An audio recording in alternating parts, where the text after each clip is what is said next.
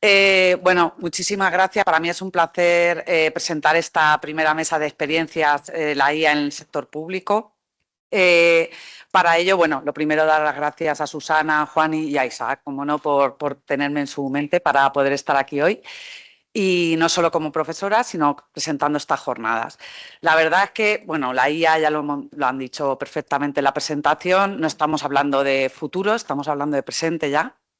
Y además en esta mesa vamos a ver que se presentan tres realidades, de una perspectiva de superior dirección, desde una perspectiva técnica y una académica.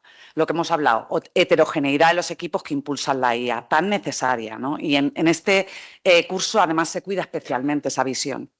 La verdad es que cuando empezamos este curso, corrígeme Román, pero yo creo que la IA generativa no estaba.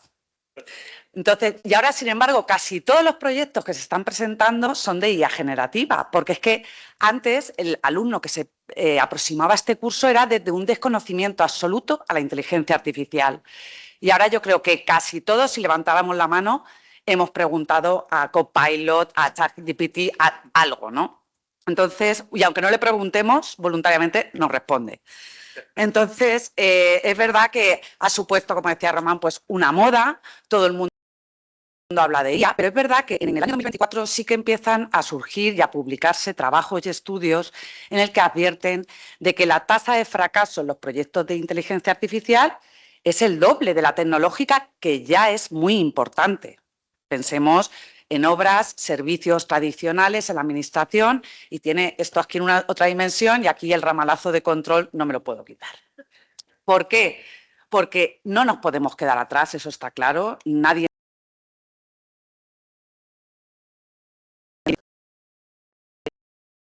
conexión absoluta a los ciudadanos, pero no somos una empresa privada. Desgraciadamente no somos Zara, ni Mercadona, ni cualquier otro, donde pueden probar cosas sin decir nada a nadie y desecharlas. Aquí hay que dar explicaciones, y ese equilibrio yo creo que es el principal reto en el que nos encontramos. La necesidad de actuar, pero la necesidad de tener una eficiencia del gasto público, el no ese derroche, ¿no? Entonces, eso yo creo que es una de las principales dificultades, que hay muchas que nos vamos a encontrar en los proyectos de IA. Es verdad que en esta mesa además se habla de un tema que fue un bombazo cuando sale el COVID. Uno de los proyectos donde más se probó la inteligencia artificial era con esa angustia que teníamos todos porque pasaba la crisis del COVID y cómo controlarla. Pero, ¿cómo conocíamos esos proyectos que estaban saliendo? Por la prensa.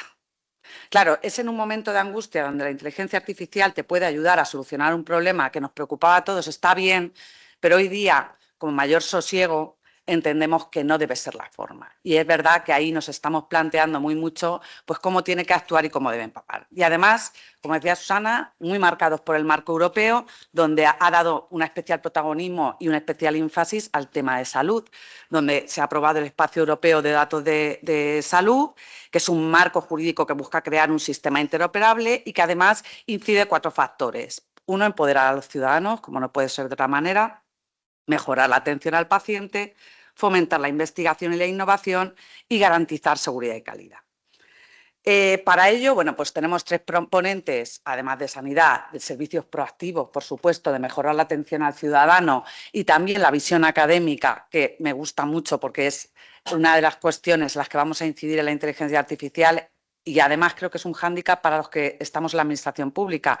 Nosotros nos han seleccionado repitiendo, apegándonos al precedente administrativo, y sin embargo la inteligencia artificial y toda la tecnología requiere ser muy crítico, preguntarnos siempre, ¿esto vale o no vale? Esto que era muy válido la pasada vez. Entonces eso choca mucho con nuestra cultura, y yo creo que en esta mesa pues vamos a ver la triple perspectiva. En primer lugar tendremos a César Pascual, que es consejero de Salud del Gobierno de Cantabria. La verdad es que consejero, pero tiene una amplísima experiencia técnica a nivel técnico. Él es licenciado en Medicina y Cirugía, además cuenta con muchísimos máster tanto de alta dirección como de gestión sanitaria, diplomado en políticas públicas, es funcionario de carrera, además hace mucha labor docente, investigadora, y su trayectoria en la gestión sanitaria pues es muy amplia, asumiendo diferentes responsabilidades. Hoy nos va a presentar un tema de actualidad, como es, bueno, de actualidad caliente, no sé cómo está, ahora dirás cómo está la tramitación. porque es el anteproyecto de la Ley de Seguridad de Salud Digital de Cantabria. En segundo lugar, Eva, que juega en casa, ella es de nuestra organización, de la Junta de Comunidad de Castilla-La Mancha, es coordinadora TIC de los servicios proactivos de aquí, de nuestra administración, ha trabajado primero en el sector privado, en múltiples ámbitos tecnológicos, y hoy lidera proyectos de inteligencia artificial aplicada y analítica avanzada, así como soluciones de IA generativa para mejorar procesos y hacer más fácil la relación de los ciudadanos con la administración pública, que creo que este es los principales retos que tenemos. Nos presentará además una herramienta muy novedosa, como un sistema de hipótesis para apoyar decisiones estratégicas. Y por último, cerraremos la jornada con Antonio Pérez Mira, profesor de Derecho Constitucional y experto en Derechos Fundamentales, Salud Digital y Constitucionalismo Tecnológico. Su intervención pues, nos ofrecerá una síntesis, pero como he dicho antes, invitando siempre a mirar al futuro y a mirar adelante, que es lo que tenemos que hacer.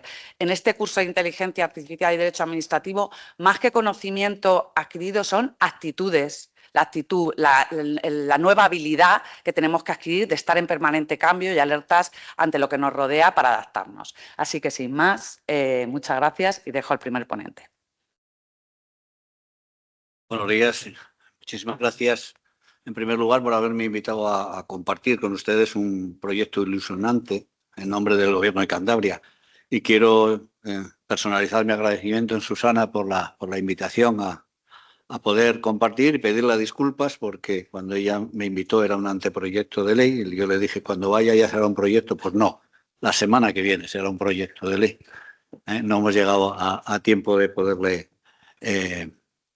formalizar en el Consejo de Gobierno.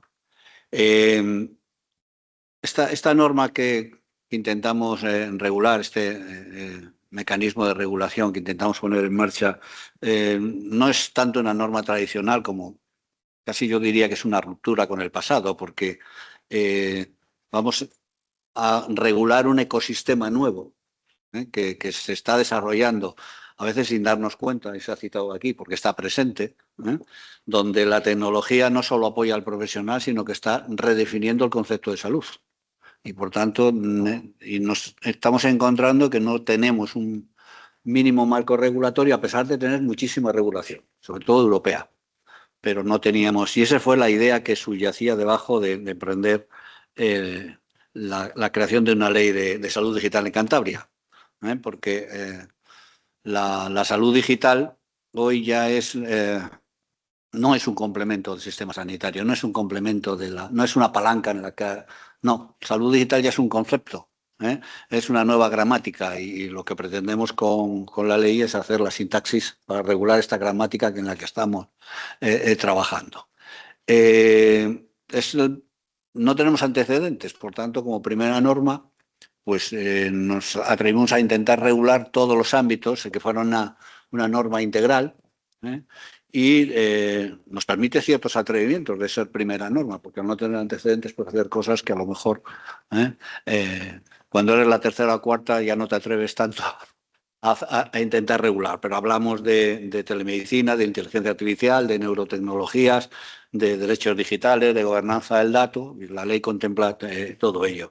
Es una ley que pretende fundamentalmente otorgar garantías a los pacientes, seguridad a los profesionales y también un ámbito de trabajo con las industrias tecnológicas y las relacionadas con el ámbito de la salud que les dé seguridad jurídica.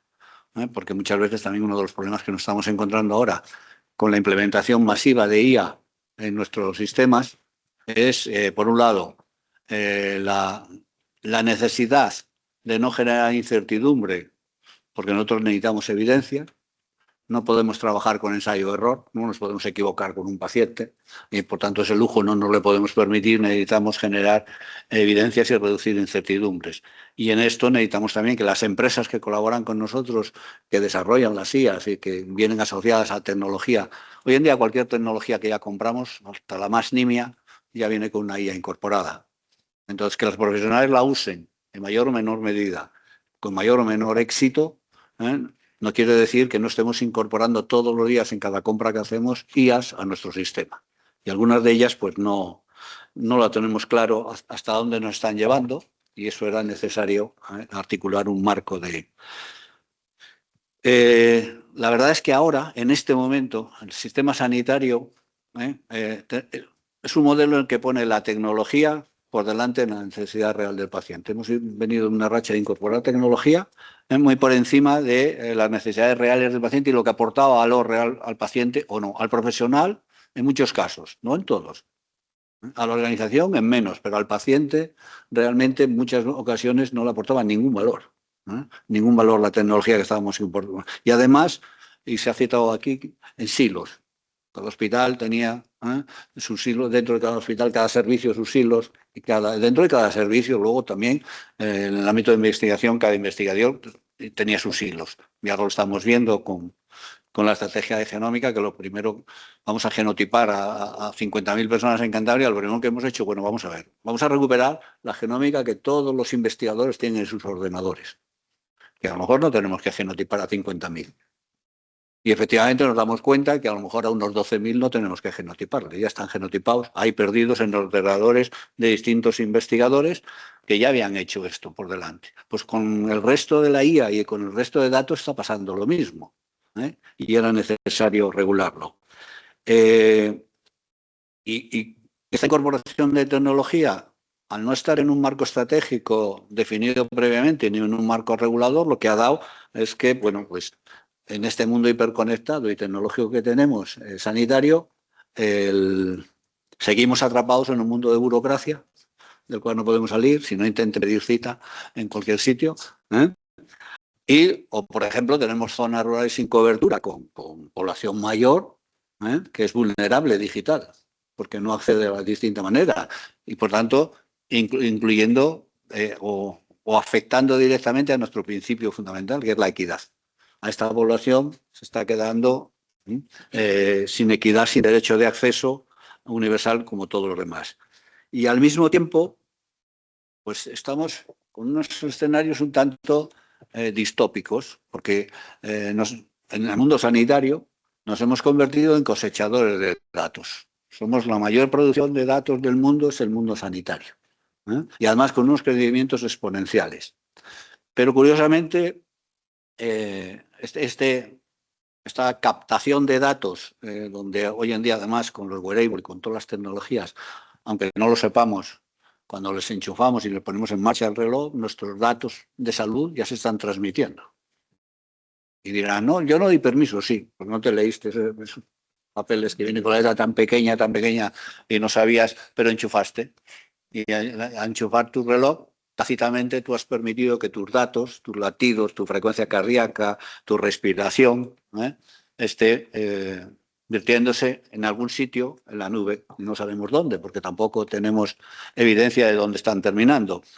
Y más allá, o sea, ya hasta cualquier tipo de pensamiento manejando el teléfono, cuando estamos manejando las redes, estamos vertiendo opiniones y estamos mostrando nuestros comportamientos. Por ejemplo, viernes todo el mundo ha vertido al mundo comportamientos de compra, que esos datos están por ahí pululando y van asociados. Y en el ámbito de la salud se estima que ha habido dentro de las compras, el wellness y la salud han sido un 35% lo que se ha comprado el viernes. Por tanto, hay gente que está expresando comportamientos de salud en la red.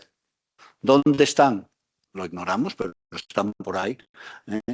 Y todo esto pues no es un guión de una película de ciencia ficción, es lo que está ocurriendo hoy.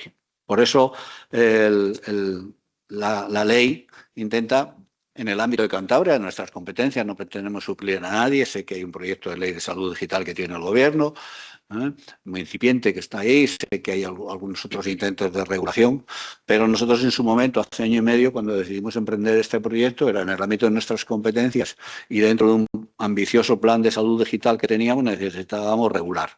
Y necesitábamos regular siendo muy conscientes de lo que significa regular en el ámbito sanitario. Igual no es trasladable a otros ámbitos, por lo que he dicho antes, porque no necesitamos reducir incertidumbres. Y el problema no es tanto tecnológico, que tenemos mucha tecnología, es que estamos usando un sistema del siglo XX para cuidar a ciudadanos del siglo XXI. Y esto pues está chocando con todo. Porque hasta ahora el dato sanitario, es curioso, pero el dato sanitario, salvo en investigación, era un dato que se generaba Y luego, ¿qué pasaba? Un señor llega a una consulta tosiendo, con fiebre, y el médico sospecha que es una neumonía, pues pide una radiografía digital, la genera, pide una analítica, le pone un tratamiento, rellena una hoja en la historia clínica y al cabo de 20 días, 21 días, si todo va bien, este señor estará bien, se la da de alta y la radiografía y la analítica automáticamente se convierten en un residuo. Pasan a almacenarse dentro del proceso de datos, pero como un residuo, porque nadie va a volver a utilizar esa radiografía, nadie va a volver a utilizar esa analítica, y alguna vez a lo mejor leerá la nota en la historia clínica de que puso el médico en ese momento, pero todo lo más nos queda la referencia de que tuvo una neumonía hace un año. Pero todo lo demás se ha convertido en residuo, almacenado sin uso. Y vamos acumulando residuos y acumulando. Imagínense la cantidad de actos médicos que se producen todos los días y la cantidad de datos que se generan todos los días, ahora que tenemos todo digitalizado en nuestro sistema. Por tanto, nuestros CPDs no paran de crecer y seguimos invirtiendo en CPDs, en inmensos silos de almacenamiento de datos que nadie utiliza y que además no están estructurados. Son muy difíciles de utilizar, porque primero, si tuviéramos en bases de datos estructuradas, todavía alguien podría soñar con usarlos, pero es lo primer paso que deberemos hacer. Por tanto, los datos que son un residuo, el cambio de paradigma es que a partir de ahora, con la posibilidad que tenemos de explotar esos datos, pues van a ser el combustible del cambio. Y es lo que van a ser, porque vamos a poder hacer investigación, vamos a poder hacer investigación longitudinal, retrocediendo, vamos a poder generar bases de datos realmente estructuradas que puedan servir para los investigadores, pero también para los clínicos, sobre todo si van a utilizar herramientas como la IA de soporte a sus decisiones, etcétera, etcétera. Y al final, pues gobernar el dato va a ser gobernar salud. Porque es a lo que vamos. El hospital de futuro, yo siempre lo explico en mis clases, no es una habitación muy bonita, individual, con vistas, cama y sillón para acompañante. El hospital de futuro es el centro de procesos de datos que está abajo. Eso es el futuro, la sanidad, los datos. Lo estamos todo convirtiendo en datos. Lo que hay que hacer es gobernar esos datos y explotarlos, ¿no? El proyecto, por tanto, insisto, es un marco normativo extenso. Voy a tratar de resumirles básicamente los capítulos más importantes de lo que regula, ¿no? Incorpora, obviamente, remisiones explícitas a los reglamentos y estrategias europeos, el reglamento del espacio europeo de datos, la estrategia de inteligencia artificial europea, y bueno, todas las leyes que están saliendo o las directivas que están saliendo a nivel europeo y las leyes de salud pública que tenemos en España, las propias nuestras, pues intentamos agruparlo todo. Determinando la creación de un espacio autonómico de datos electrónicos, que luego se incorporará al Data Lake estatal para incorporarlo luego al espacio europeo. Nosotros ya hemos ido trabajando en ello y que además pues reforzando los derechos, ¿no? El articulado recoge una amplia relación de garantías para la asistencia digital, ¿no? En cuanto al uso primario de datos electrónicos y los derechos de acceso, rectificación o limitar el acceso a esa información que tienen los pacientes, dejándolo explícito. Porque uno de los problemas que tenemos en el ámbito sanitario son los consentimientos informados, que estamos muy acostumbrados a hacer los consentimientos informados, pues son muy amplios. Son casi derecho de pernada, para el clínico o para el investigador, porque le damos un papel con expresiones genéricas al ciudadano y uno lo firma y una expresión genérica ya sabemos lo que es, la utilización maximizada de ese consentimiento. Entonces, complementamos de alguna manera la Ley 41/2002, pues adaptando la protección de datos al entorno digital. También establece la validez entre la atención presencial y la teleasistencia, exigiendo los mismos estándares de calidad y de seguridad clínica en teleasistencia porque hemos hablado mucho de teleasistencia, sobre todo a raíz de la pandemia, pero realmente no había regulación que amparase esa teleasistencia. La hacíamos como si fuera una expresión más de un acto clínico, pero no es lo mismo, aunque pueda parecer que es lo mismo, porque estamos mediando con una tecnología que diferencia del acto clínico presencial. Y también reconoce algunos derechos que no están recogidos, que hace 10 años ni se pensaba en ello. Por ejemplo, el derecho al olvido tecnológico, especialmente importante en procesos sensibles como los oncológicos, ¿no? O el control sobre los datos personales, donde explícitamente el paciente va a decidir a quién se los cede, sobre todo en el ámbito del uso secundario de datos, porque en el ámbito primario yo creo que nadie va a tener ninguna duda de dónde y el uso que se hacen de sus datos. Pero el ámbito secundario, es decir, el uso de tus datos personales para investigación, que se está haciendo, pero no se recoge en ningún sitio. Y la ley lo que pretende es recogerlo. Luego, tiene una serie de artículos en el capítulo 4 destinados a tecnologías emergentes, la IA, tecnologías, que bueno, son el capítulo 23 a 26 y 27 a 29 concretamente. Los primeros están dedicados a la IA, e introduce la ley límites y garantías éticas para el uso de la IA en el diagnóstico y en el tratamiento, donde cada vez son más frecuentes las intrusiones tecnológicas en la actividad clínica. Por ejemplo, la ley determina que el profesional va a tener que informar al paciente que él va a utilizar IA en su diagnóstico y que el paciente sepa que no solo es la decisión del profesional, sino que también la tecnología va a estar mediatizando su diagnóstico y su tratamiento.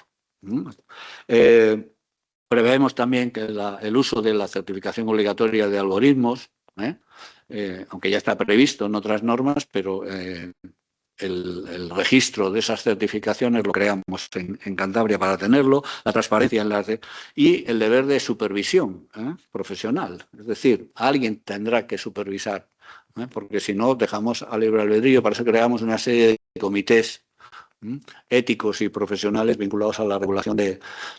Estos comités son muy importantes en esta ley, porque la ley pretende ser flexible y que deje campo... Usted decías que la inteligencia artificial generativa hace 4 años nadie hablaba de ella y ahora estamos hablando. Dentro de 4 años no sé de qué inteligencia artificial vamos a estar hablando. Por tanto, la ley tiene que ser flexible y dejar que comités éticos y profesionales determinen luego el desarrollo de todas las regulaciones, pues si no estaríamos perdidos, si la ley no estableciese esta flexibilidad. Y prevé también la protección contra el intrusismo, en especialidades, por ejemplo, como la psiquiatría, en la cual la IA o puede, y está, porque lo estamos viendo en las redes sociales y en Internet, cómo está generando intrusismo. Luego define el uso de los sistemas de IA en el sistema cántabro de salud, los supuestos permitidos y cómo se van a validar. Previendo también un régimen sancionador por uso indebido y las obligaciones de responsabilidad profesional ante errores de los algoritmos. Esa es una de las grandes cuestiones y consideraciones éticas y una de las principales barreras a la introducción de la IA en el ámbito sanitario, que siempre te dicen lo mismo. Bueno, y si se equivoca, ¿quién asume la responsabilidad? Cuando estamos poniendo, por ejemplo, el diagnóstico de radiología automatizado por IA, los radiólogos te dicen muy bien, pero si se equivoca, tú le contestas, normalmente la tasa de equivocación es 10 veces menor que la tuya, pero bueno, si se equivoca, asume la responsabilidad. La ley establece quién va a tener que ir asumiendo la responsabilidad. Y luego las neurotecnologías. Regulamos la investigación clínica y la aplicación de tecnologías que interactúan con el sistema nervioso, ¿no? Todas las interfaces nuevas que hay, que no estaban recogidas en la ley de protección de datos, porque la ley de protección de datos, cuando se hizo el reglamento, pues no existía la posibilidad de capturar datos cerebrales. Por tanto, nadie pensó que había que regular esos datos. Pero hoy tenemos la posibilidad de capturar datos cerebrales. Y de hecho están capturando. Y esta tecnología cada día está más disponible. Instalar electrodos que están siendo capaces de transformar tu pensamiento en órdenes, te están haciendo andar. Solo con tu pensamiento eres capaz ahora de, teniendo un robot anclado a tus piernas, darle la orden al robot para que funcione automáticamente. No antes con sensores. Los sensores antes que había eran biológicos. Los que hay ahora ya son simplemente con tu pensamiento de mover las piernas, el robot te hace mover las piernas. Pero esos datos que estamos extrayendo del cerebro no estaban regulados en absoluto. Y entonces, pues... Y luego también preservar los derechos mentales de los usuarios, porque la IA puede es una herramienta muy fácil de manipulación de comportamiento, sobre todo, y lo estamos viendo ahora en redes sociales con adolescentes, pero también la utilización indebida de la IA, no existía un campo de falta de protección contra los neuroderechos, que lo que hacemos es recogerles al mismo nivel que el reglamento de derechos de protección de datos. Ponemos los datos digitales también y los neurodatos también en el mismo reglamento para que tengan validez. Luego, dedica una serie de artículos también a la gobernanza de los datos para que sea sólida. El elemento crítico del sistema va a ser, lo que lo he dicho antes, la gobernanza del dato, y ahí nosotros entendemos que regular no es frenar, ni nuestra intención es frenar, es ordenar para avanzar con seguridad. Por eso he dicho que la ley tiene que ser flexible y permitir. El exceso de regulación es una de las cuestiones que siempre criticamos a Europa. Hemos procurado no caer en la crítica que estamos haciendo normalmente, ¿no? Que es un freno el exceso de regulación para la innovación y la incorporación de tecnologías. Hemos procurado no caer en ello y crear un mecanismo que hemos dicho antes, bueno, una oficina de gobierno del dato, un comité técnico editorial que va a ser el que va a hacer la gobernanza táctica del dato, y ya luego una oficina de acceso que no va a estar ni en la administración ni en los profesionales, sino que va a ser un órgano independiente, que es el que va a permitir autorizar el acceso, porque lo que estamos haciendo es introduciendo un elemento diferencial, que es quitar la anonimización de los datos e introducir la pseudonimización. Es decir, que pueda volverse a reidentificar a la persona que cedió los datos. Porque en la investigación longitudinal, si no se puede recuperar la identificación de las personas, no puedes hacer investigación a largo plazo. Porque solo tienes los datos anónimos de una persona en un corte. Y si tú necesitases ver la evolución que ha pasado con ello, deberías recuperar para...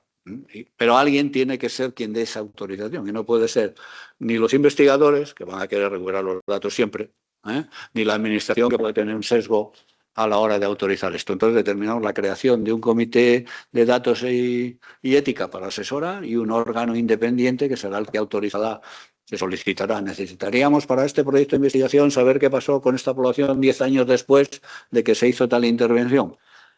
Si no tenemos esa capacidad de poderlo hacer, entonces, ¿quién va a dar ese permiso? Pues ese órgano. Y en esta gobernanza integral, pues el artículo 36, pues introducimos también la participación de asociaciones de pacientes, de asociaciones profesionales, pues para tener una...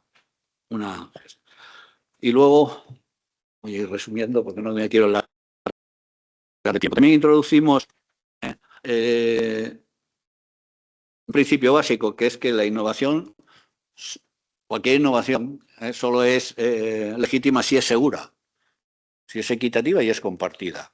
Y aquí introducimos al sector privado, porque el sector privado no es un competidor, es un aliado estratégico. Sin sector privado, pues no tendríamos el 99% de las IAs no las tendríamos. Quizá hay alguna administración que ha desarrollado una IA, no lo sé, pero provienen todas del sector privado.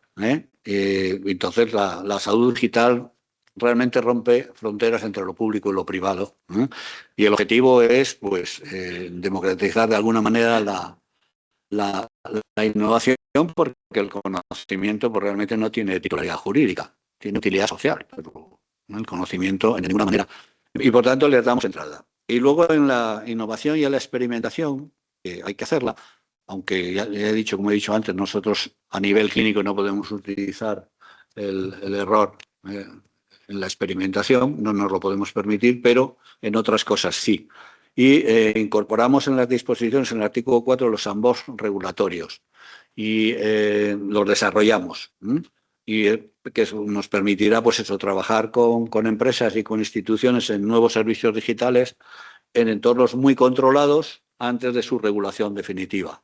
Y eso nos favorece. De hecho, ahora estamos trabajando con un sandbox, Valdata, que nos va a permitir, es financiado más un proyecto europeo, que nos va a permitir, en un año, se tiene que terminar, es definir el espacio autonómico de datos, y nos va a permitir toda esta regulación del uso primario y secundario de datos, que sea todo un uno, en el paciente y que estén los datos recabados, no solo los primarios de salud o los secundarios de investigación, sino todos aquellos otros datos como determinantes sociales que se van recabando en un espacio único. Pues este proyecto, este Sandbox, nos va a hacer definir realmente, una vez que se apruebe la ley, este espacio, ¿no? Bueno, y luego desarrolla también un capítulo, obviamente, de formación en competencias digitales, porque uno de los grandes problemas que nos estamos encontrando es que nuestros profesionales sanitarios no tienen competencias digitales, ¿eh? Ni habilidades, ¿eh? Y entonces el desarrollo de todo esto implica que sea necesario. Bueno, en nuestro caso es obligatorio porque hemos aprovechado las competencias digitales para subirles el salario, por tanto tienen que hacer la formación.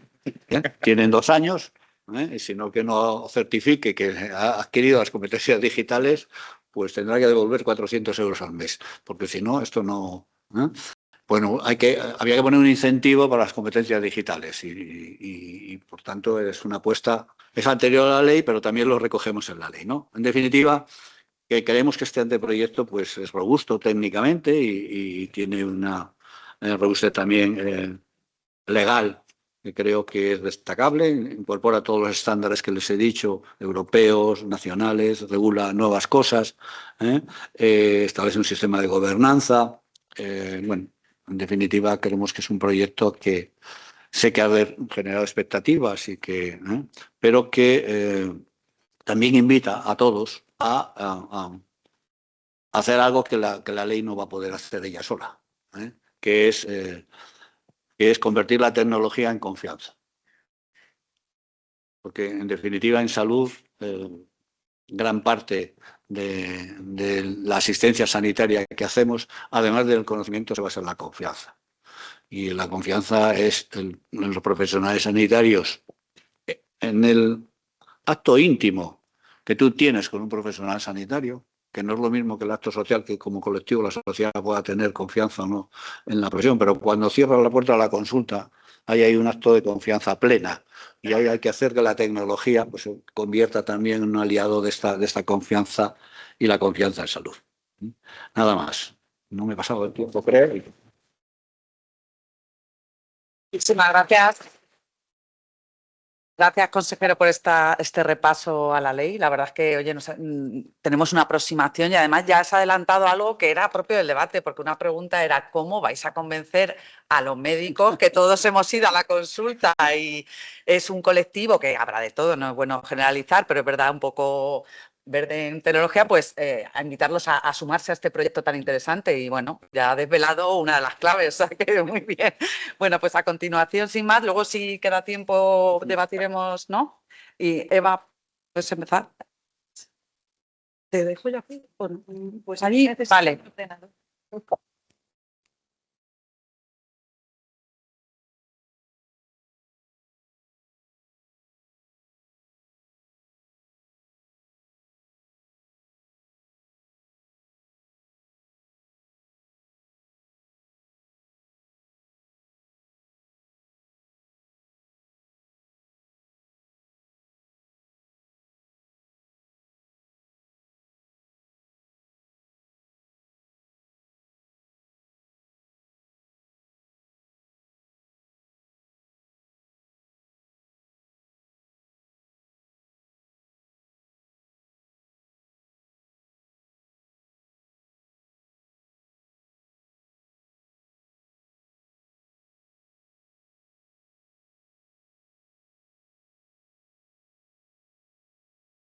Hola, buenos días a todos. Perdonadme que yo no tengo mucha experiencia en esas presentaciones, intentaré hacerlo lo mejor posible.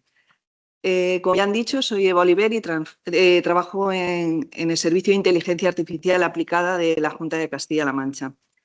Hoy vengo a presentar una herramienta que hemos desarrollado dentro del servicio de hipótesis para tomar decisiones estratégicas. En principio surgió dentro de un sector concreto, pero forma parte de un proyecto mucho más grande, que es el gemelo digital. A ver, voy a bajar esto un momentín. Ahí. Para quien no tenga concepto, no haya oído hablar de este término, un gemelo digital no es más que una copia de la realidad, cualquier objeto, proceso o servicio. Esto se está pasando solo, ¿no? ¿No? Ah, vale, perdón. Como digo, un gemelo digital es una copia de la realidad. Cualquier objeto, proceso o servicio lo vamos a virtualizar, lo vamos a llevar al ordenador y va a servir para hacer simulaciones e hipótesis y entender cómo se comportaría antes de que eso suceda, con las consecuentes ventajas que ello supone. Entonces, dentro de los gemelos tienen ámbito y tienen cabida cantidad de ellos, y nosotros hemos desarrollado dentro de Castilla-La Mancha gemelo digital del territorio. Hemos digitalizado todo el territorio de Castilla-La Mancha y hemos desarrollado un gemelo base, y encima de ese gemelo base tenemos diferentes casos de uso que ahora vamos a ver. Este proyecto se inició en noviembre de 2022, hace ya 3 años, con lo cual ya tenemos cierta trayectoria, y vamos a intentar dar solución a diversas áreas, a diversos sectores que vamos a explicar ahora. Como estaba diciendo el consejero, nuestro objetivo final es el gobierno dirigido por los datos. Estamos en ello, todavía estamos un poquito más atrás, pero bueno, al final ese es el objetivo, porque tenemos cantidad ingente de datos que no sabemos qué hacer con ellos, no somos conscientes de que tenemos tantos datos y queremos empezar a gobernarlos y a tener información y conocimiento, hacer algo con esos datos. Bueno, como digo,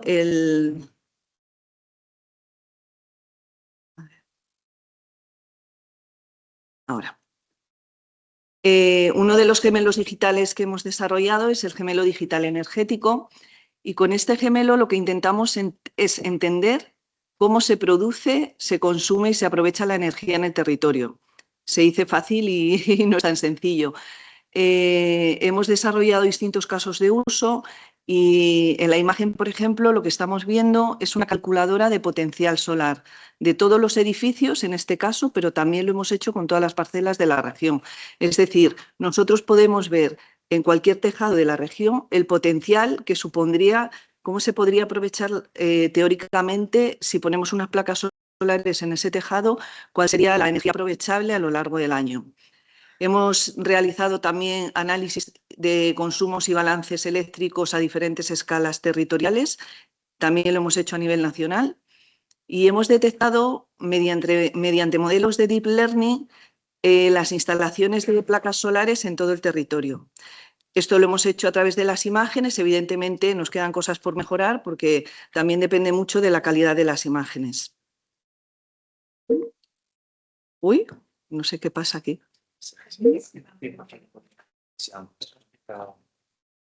¿Y qué tengo que hacer? Pero es que no veo mi presentación. A ver. Ahí, vale. Perdonad, pero esto es ajeno a mí. Vale. Hemos desarrollado... Vaya.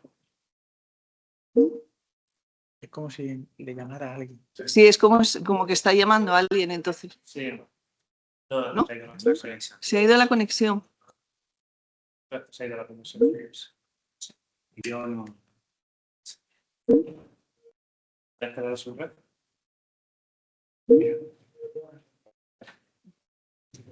Las cosas del directo, bueno. Yo creo que ya está, ¿eh? ¿Está? Mira, a ver si tirando la puedes ponerle. No lo veo, ¿dónde? Cable.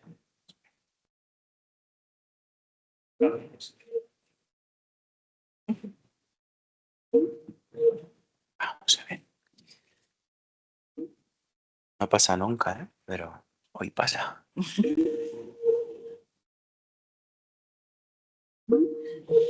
Vamos a ver.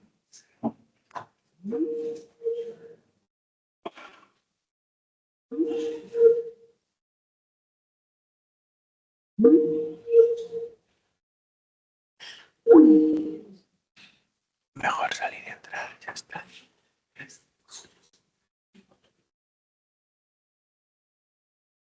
Vale. Ahora nos conectamos aquí.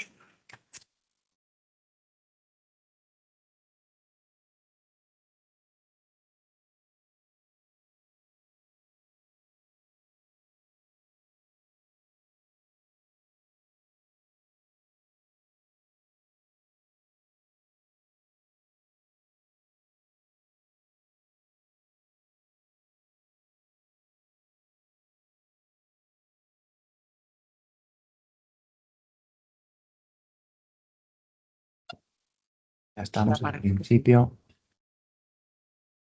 Así tenemos suerte. Vale, ¿estabas aquí? Sí. Vale. Bueno, perdonad, cosas del directo.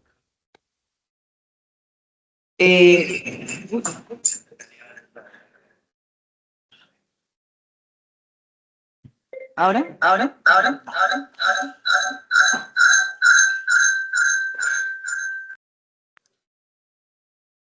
A ver, ahora sí. Sí, vale. Bueno, perdón por la interrupción, seguimos. Hemos desarrollado, a ver, que me estoy adelantando, el gemelo digital turístico, que con él pretendemos analizar y comprender el comportamiento de los turistas en la región de Castilla-La Mancha. Pretendemos analizar la movilidad turística, es decir, de dónde vienen los turistas, hacia dónde van, si permanecen en la región, cuánto tiempo permanecen, si pernoctan, no pernoctan, toda esa serie de información. Con ello lo que queremos es prever necesidades, tanto en servicios públicos como en privados, y contribuir al desarrollo local, es decir, no solo si voy a tener una gran afluencia de público, de turistas, cómo tengo que afrontarlo, sino el caso contrario, si no recibo turismo en una zona, pues cómo incentivar para que tengamos visitantes en esa zona. Tenemos también el gemelo digital de cambio climático, que lo que pretendemos es anticipar, proteger y actuar frente al desafío climático. Se dice muy fácil, pero no es tan sencillo. Y tenemos acceso a datos climáticos detallados y queremos hacer previsiones a múltiples escalas con esos datos. Queremos mejorar la planificación y la gestión de incendios forestales. Estamos trabajando codo con Infocan, que es quien gestiona los incendios forestales de Castilla-La Mancha.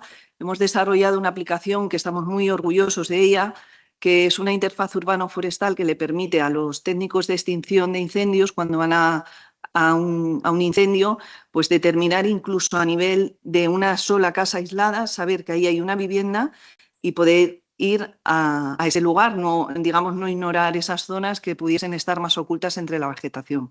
Y esa la están utilizando en su día a día en la extinción de incendios.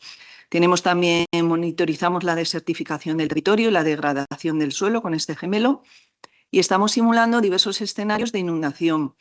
Lo que estamos viendo en el ejemplo, pues un poco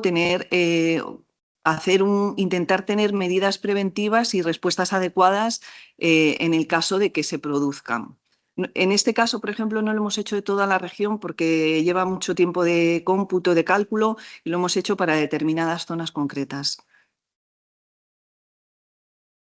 Tenemos también el gemelo digital de la vivienda, y con este gemelo pretendemos comprender, evaluar y proyectar la vivienda en todo el contexto territorial.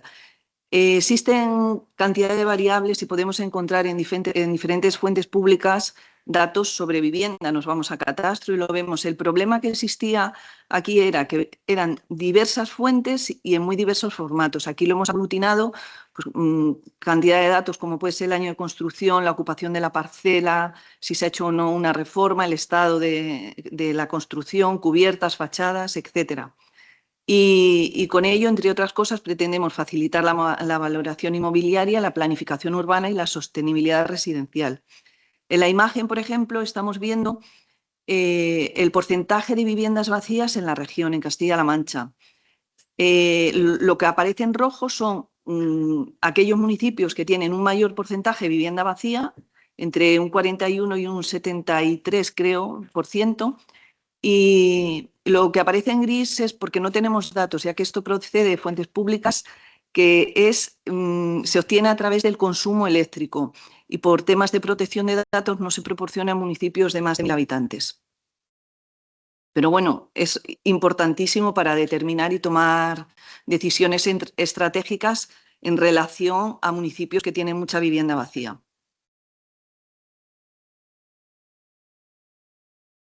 Tenemos también el gemelo industrial, estamos muy orgullosos, todos muy contentos, pero sobre todo algunos que estamos viendo su utilidad real. Y con este gemelo pretendemos optimizar, coordinar y modernizar la gestión industrial. Pues aquí de nuevo, como se viene hablando, había y hay cantidad ingente de datos en diversas bases de datos, en diversas aplicaciones. Muchas veces no somos conscientes de todos esos datos que tenemos, no sabemos manejarlos, están ahí. Y una visualización y el sacar a la luz todos esos datos, ordenarlos y mostrarlos, permiten tomar decisiones importantes y estratégicas. Tenemos localizadas las instalaciones de gestión de residuos que no se tenía. O sea, teníamos las coordenadas, pero en realidad no sabíamos cómo se planifica la gestión logística, a dónde se llevan los residuos. Hay veces que estamos viendo que un residuo se puede llevar mucho más cerca y lo estamos llevando, se está llevando mucho más lejos, analizar por qué es. Y como decimos, fomentar la trazabilidad y el cumplimiento normativo de este sector.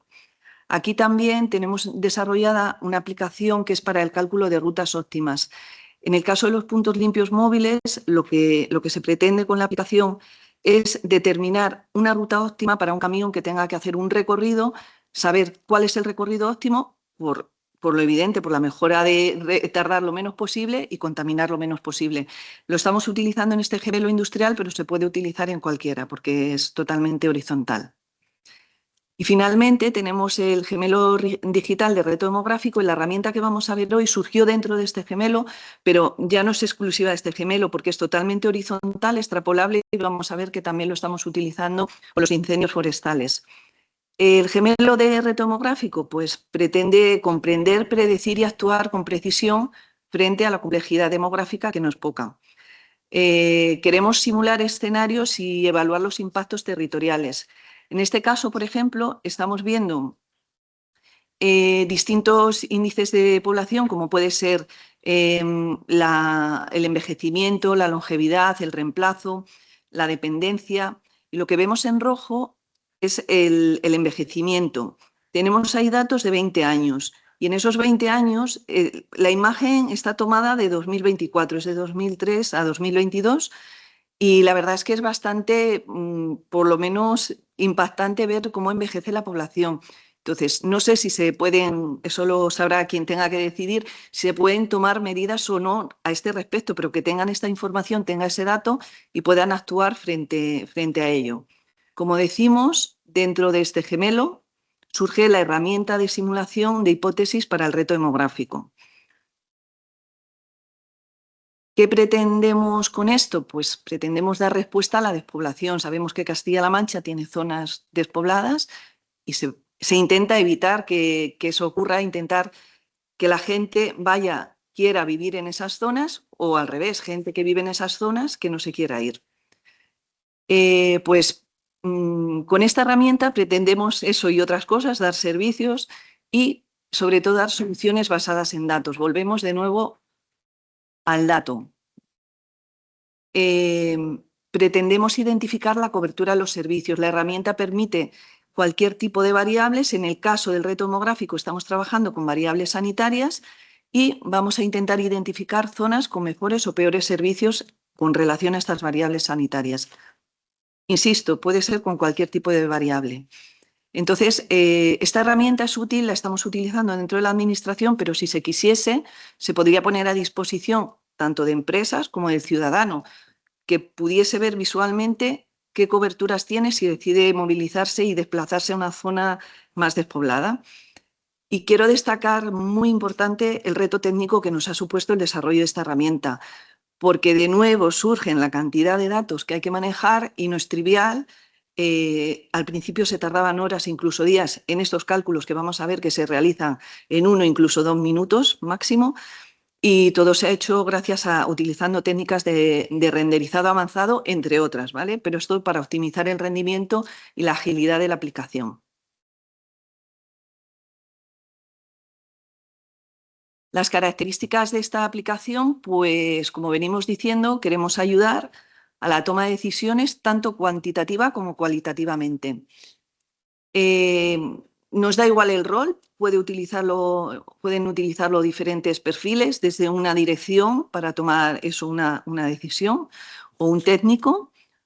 Se incluyen variables de diversa índole. Las que queramos, de las que tengamos el dato, podemos plantear un caso de uso acorde a nuestras necesidades. Es flexible y personalizable, es decir, cada técnico puede tener su propio criterio, seleccionar la variable que considere y ponderarla. Le puede dar el peso, la importancia que también considere. Vamos a utilizar en esta herramienta en concreto 2 filtros, el núcleo de edificaciones y la población. De nuevo, los filtros son configurables y podemos elegir o no elegirlos. En este caso, el reto demográfico nos interesa. Vamos a hacer también comparativas por municipios para analizar desigualdades territoriales. Y como decimos, bueno, las simulaciones vamos a ver 2 casos. Vamos a ver simulaciones manuales y simulaciones que la hace la propia aplicación de forma automática. Los resultados están, como decimos, en 1, máximo 2 minutos. Bueno, en la aplicación, como vemos, arriba a la izquierda, hay que seleccionar grupos. Como venimos diciendo, en este caso tenemos solo grupos de sanidad pública. Podríamos añadir los que quisiésemos. Dentro de este grupo tenemos cantidad de variables. En ese caso, por ejemplo, tenemos ambulancias, tenemos botiquines, hospitales de gerencia, hospitales, soporte vital básico. Vamos a ir viendo que conforme vamos seleccionando una de las variables, esto se ha quedado aquí. Vale. Se van pintando en el mapa y están en tiempo real, o sea, en ubicación real. Ahí es donde tenemos esos servicios en la región, lo que nos va a permitir hacer esos cálculos de distancias reales, cuánto se tarda cada uno de esos servicios. Podemos seleccionar todas las variables que queramos. Estamos viendo ahí, pues la verdad es que casi no lo veo porque está muy pequeño, pero helipuertos, helisuperficie, soporte vital básico, y vamos viendo cómo se posicionan en el mapa. Para el caso que venimos a presentar hoy, vamos a trabajar por claridad, vamos a trabajar solo con 3 variables. Se podría trabajar con las que quisiésemos. Vamos a ir deseleccionando las que no nos interesan.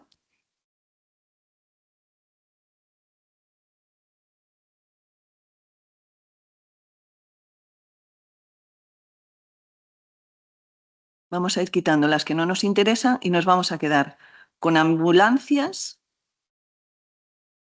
botiquines y vamos a añadir hospitales de gerencia. Bueno, pues estas van a ser las variables con las que vamos a hacer nuestro caso de uso. El paso siguiente ya lo tenemos ubicado. El paso siguiente sería asignar pesos a estas variables. ¿Cuán de importante para mí es cada una de estas variables? La suma total tiene que ser 100. Hay que repartirlo entre las variables. Podríamos coger solo una variable o en este caso, como vemos, estamos trabajando con 3. Esa asignación de pesos tiene que ser 100 para poder hacer los cálculos y tener resultados comparables. Comparar peras con peras y manzanas con manzanas. En este caso estamos asignando ambulancias, botiquines y hospitales de gerencia. Ya tenemos un 100, como vemos, y entonces la aplicación nos permite avanzar. A ver. Vale, le damos al siguiente paso. Y lo que tenemos que definir, otro filtro que hemos definido y que también es configurable, es el rango de edificaciones por núcleo. Si ponemos, es decir, cuántas viviendas hay en un núcleo, cuántas casas. Entonces, si ponemos un número pequeño entre 50 y 75, el caso de uso que vamos a extraer aquí, nos vamos a referir a municipios pequeños. Aquí estamos poniendo, me parece, entre 1000 y 9000. Evidentemente, este caso de uso se va a referir a municipios más grandes. Y vamos a hacer ese cálculo que decimos que lleva, pues eso, entre 1 y 2 minutos. Vale. El siguiente paso es los filtros de población. Es otro de los filtros con los que estamos trabajando dentro del reto demográfico. A día de hoy, con el tema de Infocam, de momento estos filtros de población no sé si serán útiles, de momento no los estamos utilizando. De nuevo, si la población elegimos poblaciones pequeñas, el caso de uso nos va a mostrar y nos va a informar sobre municipios pequeños. En este caso estamos cogiendo municipios más grandes, entre 5.000 y 15.000. Y también podemos, en este caso nos ha interesado agregar un nivel extra de detalle, que es, hemos segmentado más todavía la población por género, nacionalidad y grupo de edad. Esto es opcional. Hemos visto un check ahí arriba que se puede o no seleccionar. Y por no entretenerme, está claro, se elige el filtro como se quiera y el siguiente paso sería visualizar los resultados que nos da la aplicación. En el mapa estamos viendo zonas en granate, un rojo oscuro, y zonas que son verdes. Las zonas en rojo oscuro son zonas críticas en función a todos estos filtros que venimos configurando anteriormente, y las zonas verdes son zonas que esos servicios con los que estamos trabajando están cubiertos. La aplicación en base a estos criterios, recordemos, estamos trabajando con ambulancias, botiquines y hospitales de gerencia, con una serie de filtros de edificaciones y de población que también hemos seleccionado. Nos va a indicar zonas, nos va a recomendar zonas donde sería conveniente instalar, por ser una zona crítica, cualquiera de esos servicios. Pero esto es una recomendación. Podemos ponerlo de forma manual. Esta es la parte manual de la aplicación. Podemos hacer caso o no a estas recomendaciones, lo suyo es hacer caso, pero podemos poner estas variables con las que estamos trabajando en esas zonas. Vemos que tenemos unos núcleos en azul oscuro, que es el núcleo idóneo que nos recomienda. Y luego alrededor hay unas flechitas que nos marca los núcleos cercanos a los que también se dará cobertura si ponemos un servicio en el punto recomendado. No solo mejoramos el punto concreto, sino evidentemente toda la zona de alrededor. Lo estamos viendo ahí, por ejemplo, creo que eso es Almansa, me parece. Pues está la zona de Almansa y la zona circundante. Vamos a pararlo. Ahí lo vemos bien. Vemos en azul oscuro la zona recomendada y los núcleos a los que se daría servicio. Y luego destacar, voy a ir avanzando, no dejo la diapositiva entera. Todo esto lo hemos hecho tanto en 2D como en 3D. El gemelo está en 2D y en 3D. Hay aplicaciones en las que realmente nos interesa que esté en 2D y no nos aporta mucho más el que esté en 3D, pero por ejemplo la que hemos visto antes de los tejados, pues ahí sí que necesitamos las alturas y las pendientes de los tejados para hacer ese cálculo del potencial solar de cada uno de los edificios. Y finalmente vamos a ver qué ocurre cuando añadimos una de estas variables con las que estamos trabajando, cuando añadimos en el mapa, cómo cambia el mapa. Siempre tenemos que tener seleccionada, voy a pararlo un segundo, tenemos que tener seleccionado en la parte de la izquierda una de las variables con las que estamos trabajando y esa será la variable que vamos a agregar en el mapa. Estamos viendo aquí, estos son los núcleos recomendados. Recordamos, no hace falta ponerlo en ese punto exacto. Entonces vamos a ver cómo trabaja la aplicación. Hemos seleccionado ambulancias y vamos a añadir una ambulancia. Se puede agregar de tres maneras. Se puede agregar un punto bien por la dirección exacta, por las coordenadas o directamente en el mapa. Aquí lo estamos haciendo por agilidad directamente en el mapa. Ahora hemos seleccionado botiquines, vamos a agregar botiquines. Ahí, en Torremocha del Pinar. También se pueden quitar puntos, ahora acaban de quitar una ambulancia. Y vamos a seguir agregando puntos. Y vamos a ver cómo queda, cómo estaba el mapa originalmente y cómo queda después de haber añadido estos nuevos servicios en esas zonas críticas que estamos viendo.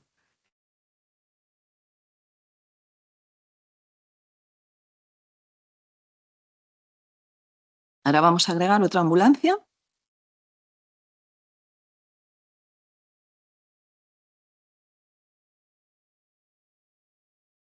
Y nos vamos a otra zona.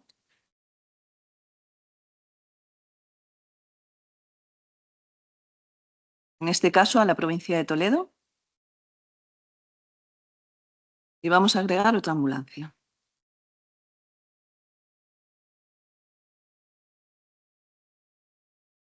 Bueno, con los 5 puntos agregados, hemos agregado 2 botiquines, 2 ambulancias y un hospital de gerencia. Estamos viendo, voy a pararlo otro momentito, porque es que si no la diapositiva va un poquito rápido. A la izquierda vemos el mapa, cómo quedaba originalmente sin añadir nuevos servicios al territorio, y en la parte de la derecha vemos cómo va a mejorar, ahora vamos a hacer zoom, cómo mejoran esas zonas cuando añadimos esos nuevos servicios. En la parte de abajo también podemos ver cada uno de esos municipios y vamos a ir viendo esa ponderación, ese score que estamos llamando, esos puntos, esa puntuación, cómo estaba antes el municipio y cómo queda ahora. Vale, nos hemos ido a la provincia de Guadalajara y ahí en Torremocha del Pinar hemos añadido, creo que se llama así el pueblo, perdonadme si no es así, hemos añadido una ambulancia, pues antes tenía un score de 0,07, sí, 0,7 y ahora tiene un score de 0,38, ha mejorado 0,29 con respecto a la situación inicial que tenía. Esto lo podemos ver con cada uno de los municipios. Estamos viendo abajo la mejoría de cada uno de ellos y estamos viendo cómo cambia el mapa de color. Antes tenía un rojo oscuro, hombre, no siempre va a ser verde porque estamos jugando, en este caso, con 3 variables. Estamos viendo que aquí hemos añadido una ambulancia, no estamos tomando en cuenta todas las variables y además cada uno tenemos que tener también, por ejemplo, a la hora de pintar este mapa se tienen en cuenta las distancias reales por carretera, con lo cual tú en el mapa puedes ver muy cercano un municipio, pero es que tienes que desplazarte por carretera hasta ese municipio. Entonces eso también penaliza a la hora de estos cálculos. Entonces estamos viendo ahí cómo cambia cada municipio. Vamos a añadir, vamos a... Vale, voy a parar un momentito esto. Esto que hemos visto es todo la parte manual que tenemos de la herramienta, es decir, yo pongo unos requisitos que tengo, un ejemplo que quiero estudiar, un ámbito de estudio y decido dónde lo pongo y el mapa me muestra la comparativa de cómo estaba antes y cómo estaba ahora, pero también podemos hacerlo de forma automática, que nos lo haga la aplicación, que no sea yo quien decide dónde poner esos puntos. Y ahora vamos a ver ese caso automático. De nuevo, como estamos trabajando con 3 variables, hay que seleccionar una de esas variables para trabajar y seleccionar otra serie de filtros que vamos a ir viendo ahora. Seleccionamos ambulancias. Tenemos también un criterio por el cual queremos optimizar. Tenemos ahí 6 filtros, tenemos que decidir con cuál de esos filtros queremos optimizar la aplicación. En este caso vamos a elegir edificaciones del núcleo principal. Pulsamos siguiente.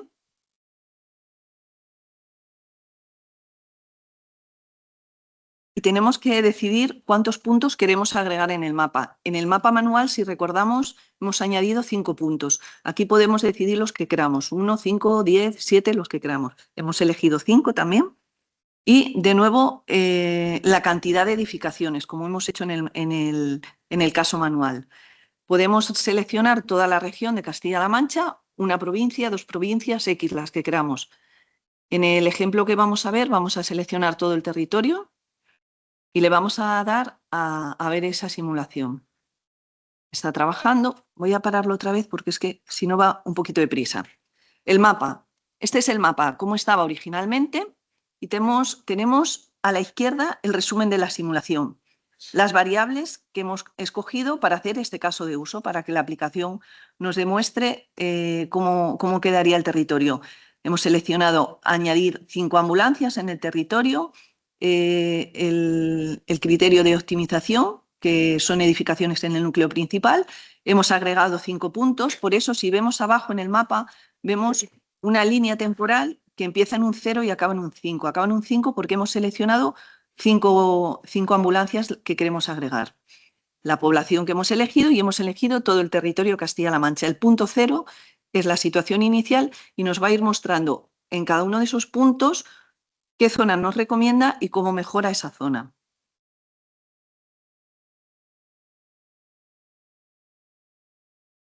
En primer lugar, Molina de Aragón. Después selecciona Almadén como punto número 2. El tercero es Yeste. El cuarto, Santa Cruz de la Zarza. Y el quinto, Navahermosa. Esos son los 5 puntos que nos recomienda la aplicación.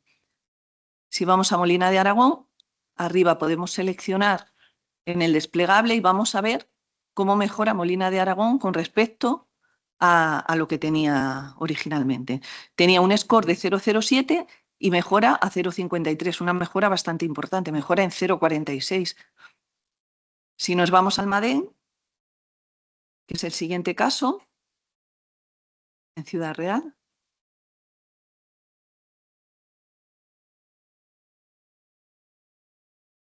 Bueno, la mejora vemos... bueno, es que se ha ido a Ciudad Real directamente. Ahora vamos a Almadén. Está así la grabación. Vamos a Almadén. De 0,47 a 0,49. Vemos que la mejora no es muy importante. Ahora explico por qué. Y así ocurre con todo. En este caso, vamos a Yeste. Lo voy a ir acelerando por no enrollarme más. ¿De acuerdo? Vemos Yeste. Mejorado 0,21. Entonces, vamos a parar esto un poco. ¿Por qué parece lógico pensar, oye, ¿por qué no me recomienda una zona que está en granate oscuro? Porque parece más crítica que mejorar Almadén, que me ha mejorado muy poquito. Esto depende de todos los filtros que hemos seleccionado. Seguramente esas zonas en granate oscuro no tienen o la población o el número de edificaciones por núcleo que nosotros hemos elegido en esos filtros, con lo cual no entra dentro de esa caja en la que nosotros estamos haciendo esos cálculos. Y finalmente, ver esta comparativa de municipios. Le voy a dar al play para que veamos un poco cómo funciona. Pues tenemos una visión holística de la región. En este caso hemos trabajado con variables sanitarias. Insisto, no me canso de insistir, se puede trabajar con cualquier tipo de variable de la que tengamos el dato, evidentemente. Y vamos a poder comparar la puntuación entre municipios, que es bastante importante porque nos va a ayudar a analizar las desigualdades del territorio y poder tomar decisiones informadas. Volvemos a los datos, a las decisiones informadas y decisiones con conocimiento. No, yo lo hago aquí porque se me ha quejado el alcalde de este municipio, a lo mejor sí que tiene sentido, pero esto yo creo que es muy importante a la hora de ayudar a la toma de decisiones.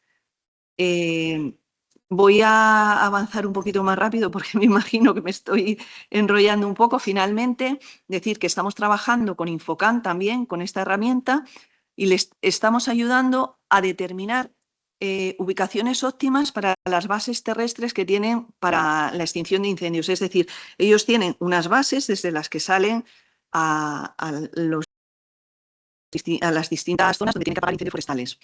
Entonces, la ubicación de esas bases para ellos es estratégica porque tienen que tardar lo mínimo posible en llegar a esa zona.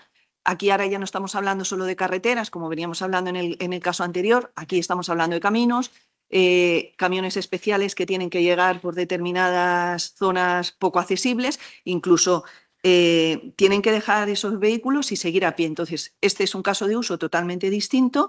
Estamos utilizando otros grupos distintos, otras variables distintas. Siempre tendremos que hacer esa ponderación.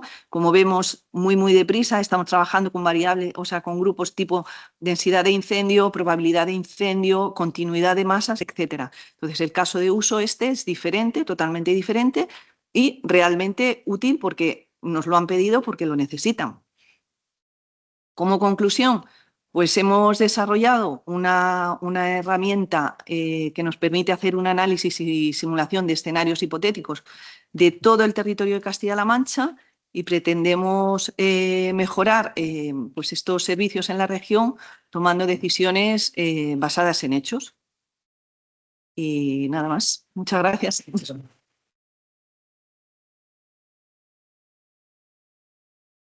Muchas gracias, Eva, porque hace años todo era gemelo digital y los que no somos tecnólogos, pues nos costaba ver la aplicación real de esto y ver esto ya nos ayuda a entender a qué os referíais. O sea que nos lo ha dicho con mucho detalle y además en una época en que las emergencias están imperando en la actualidad, pues creemos que, vamos, nos has dejado a todos con la boca abierta. Estamos muy contentos, la verdad. Sí, sí. Estamos muy contentos. Muchas Espero que os gracias. haya gustado. Gracias. Sí. Perdón por interferir y quizás modificar levemente el orden. El consejero se va a tener que ir luego porque, bueno, ha hecho un esfuerzo importante, tiene que ir a Bruselas, le toca presidir nada menos, creo que es el Consejo de Política Social en el Comité de las Regiones, entonces no va a haber tampoco espacio en el café ni nada. Por si acaso alguien le quiere hacer alguna pregunta o, bueno, realizar alguna reflexión sobre lo que ha contado tan interesante. Si no, bueno, damos paso al siguiente ponente, pero me parecía que igual había que dar la oportunidad. Es enormemente interesante, el anteproyecto es público, va a ser proyecto dentro de poco. Yo no sé si alguien tiene alguna duda de carácter teórico o práctico para saber, bueno, pues cómo lo están llevando adelante y si no, como digo, bueno, pues continuamos. Quizás también.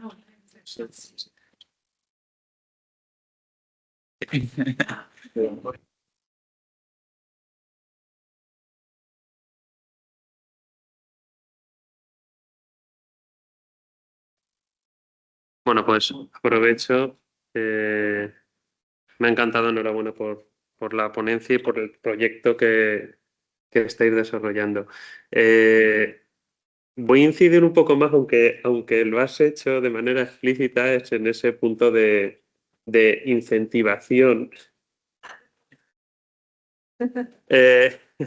a todos los empleados, pero voy un poquito más allá. Es decir, ¿cómo estáis pensando esa transformación más allá de los incentivos en todo el colectivo, de abajo arriba, de arriba abajo? Es decir, ¿cómo pensáis? ¿Es una simple formación?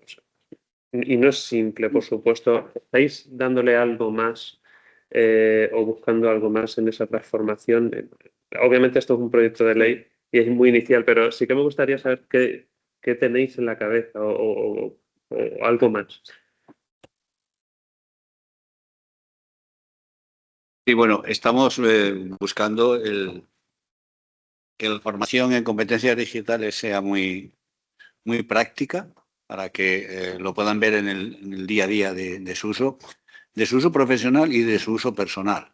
Por ejemplo, hay una parte de formación en ChatGPT para que sepan que lo pueden utilizar en cantidad de cosas y sepan que no es una cosa que escribes o le pides una dirección de hotel o un billete de avión, y que eso también pueden utilizarlo profesionalmente. Entonces, buscando que la formación tenga esa doble vertiente, ¿no? Para no solo la profesional.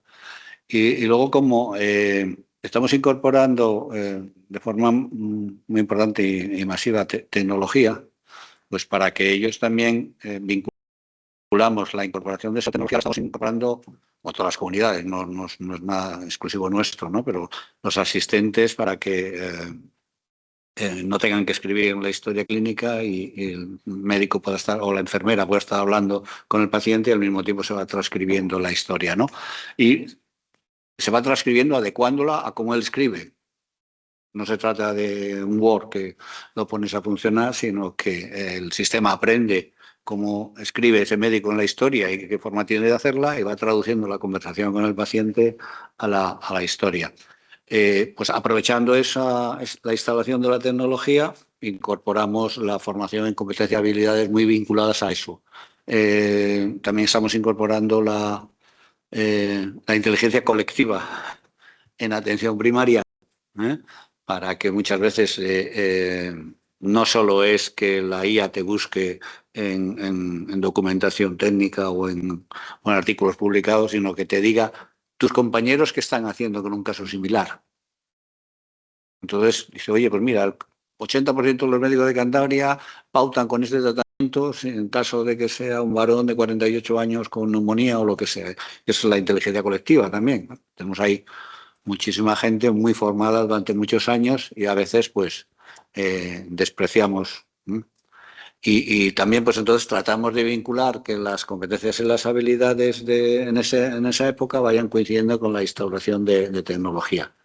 El incentivo económico era, bueno, pues era aprovechar una oportunidad, había que hacer una adecuación retributiva y para que la intervención y la administración del Estado no considerara que estábamos modificando las retribuciones, pues había que... Y entonces, bueno, pues aprovechamos a aprobar el plan de salud digital y la necesidad de adquirir competencia digital a todos los profesionales, no solo es a los... Porque muchas veces los administrativos que están en la puerta o los celadores incluso a veces cuando van manejan los programas de ambulancias y de llegada de pacientes tienen que saber manejarse también en estos entornos, ¿no?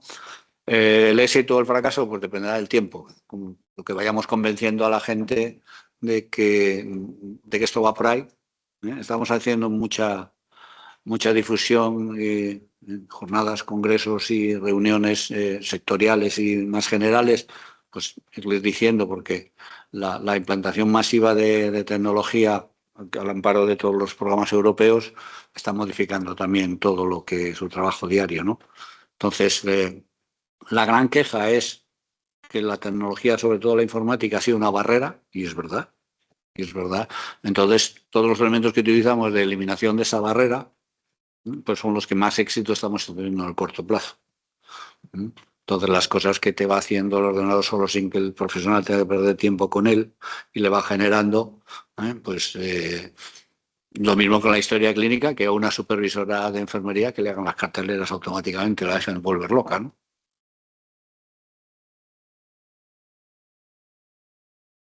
Pues tengo una duda súper rápida porque con el tema de, como dices, que están utilizando, bueno, pues la IA generativa, entiendo, para desarrollar el tema, ¿cómo estáis manejando el tema de la protección de datos? Porque si normalmente, porque nosotros lo estamos viendo en nuestro día a día, si normalmente es problemático, ya en temas sanitarios son datos de especial protección. Bueno, eso tiene truco. Ah, vale. Nosotros tenemos una cohorte Cantabria de 50.000 ciudadanos de Cantabria, que vinculamos en esa corte transversal y vinculamos la historia clínica con toda su participación en estudios de investigación y con determinantes sociales. Se hace una serie de entrevistas y bueno, pues se recoge domicilio, sitio donde vive, trabajo, condiciones, etcétera, etcétera. Y esa gente firma un consentimiento informado que nos permite hacer casos de uso, que luego trasladaremos al resto pero todos los casos de uso lo estamos haciendo utilizando corte, ¿no? Y eso nos da un margen muy amplio de lo que estábamos haciendo antes, te he explicado de Valata, de validar el uso primario y secundario, todos siempre son con corte, que te permite, porque el consentimiento informado, ahí sí que yo soy miembro de corte, hemos vendido el alma al diablo, porque y damos además muestras biológicas. No solo estamos dando consentimiento de mis datos personales, profesionales, familiares y sociales, sino también damos muestras biológicas, que es el biobanco de todo, y se están utilizando para todo, ¿no? Ese es nuestro campo de pruebas y el que nos permite avanzar mucho también. Descubrimos que no solo era un ámbito estupendo para los investigadores clínicos, sino que a la hora de trabajar con datos a nosotros nos habría una oportunidad única. Y es la que estamos aprovechando. Muchas gracias. Bueno, yo también aprovecho para felicitarle por la intervención y por la apuesta por regular esto, que yo creo que es importante. Los juristas tenemos fama de poner obstáculos y yo voy a hacer honor a esa fama. Simplemente con dos preguntas.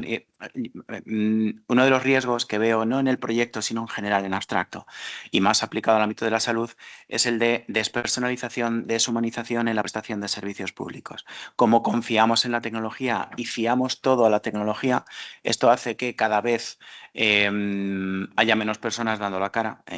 Has mencionado el caso de la cita previa, es patente, es paradigmático de un mal uso de la tecnología para despersonalizar servicios, olvidarnos de que nos debemos a los ciudadanos, pero no voy por ahí. Voy más bien por la línea del riesgo de pérdida del conocimiento en la organización.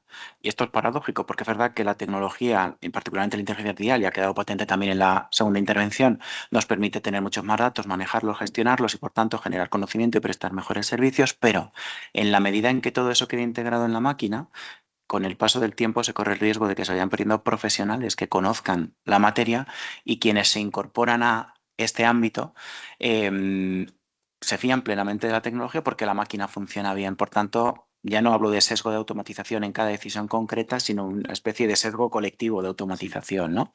Por un lado. Y por otro lado, la pérdida de esa relación paciente-ciudadano, perdón, paciente-profesional, ¿no? Que es inherente a la atención sanitaria. Entonces, digamos, estos dos riesgos que existen, ¿cómo se articulan, cómo los tenéis contemplados para evitar que se den en la práctica? El riesgo de organización es claro y y depende mucho, hay que prestarle mucha atención. Y yo, pero fundamentalmente, la alternativa que estamos valorando, que es la que más peso nos está dando, que es la cultura organizacional. Entonces, estamos viendo como nosotros tenemos centros con una cultura y el valor que le otorgan a su empresa y un sentido de pertenencia brutal, que son los que estamos tratando de expandir a todo el sistema. Es decir, el orgullo de pertenecer al Hospital Universitario Marqués de Valdecilla, yo quiero trasladarlo a todo el Servicio Cántabro de Salud. Y ese es un ejemplo de cultura de empresa. Estamos utilizando los mismos, o sea, que tengan el orgullo de llevar la chapa y que levanten la cabeza y que no. Y es la manera de preservar la organización contra la invasión tecnológica, que es un riesgo claro. Y el otro de despersonalización no es la tecnología la culpable. No es la tecnología. Y la tecnología puede hacer que al revés.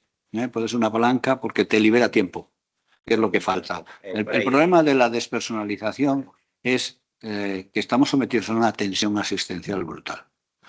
Y que con la pandemia además se ha multiplicado por N esta tensión asistencial. Entonces lo que agobia y despersonaliza los problemas es que si tienes que ver a 40 al día, no te da la vida. Y como no te da la vida, pues te transformas en un prescriptor automatizado, ¿no? Entonces, nosotros tenemos una posición privilegiada, ¿no? Yo no tengo vacantes, por ejemplo, de médicos. Es la única comunidad que no tiene vacantes de médicos. Todos mis pueblos tienen médico y especialista. No tengo médico sin título especialista. Lo que hemos hecho es reducirle las consultas, limitar las consultas diarias, incorporando otra serie de profesionales que son médicos sin cupo asignado, que ven el exceso de jornada, de tal manera que reduces y ganan tiempo. Porque en ausencia de profesionales lo que necesitas es tiempo. El problema es que también somos una de las regiones más envejecidas de Europa, con la tasa de natalidad más baja de Europa, y eso te condiciona la prestación asistencial. O sea, una persona de 80 años necesita mucho tiempo de consulta.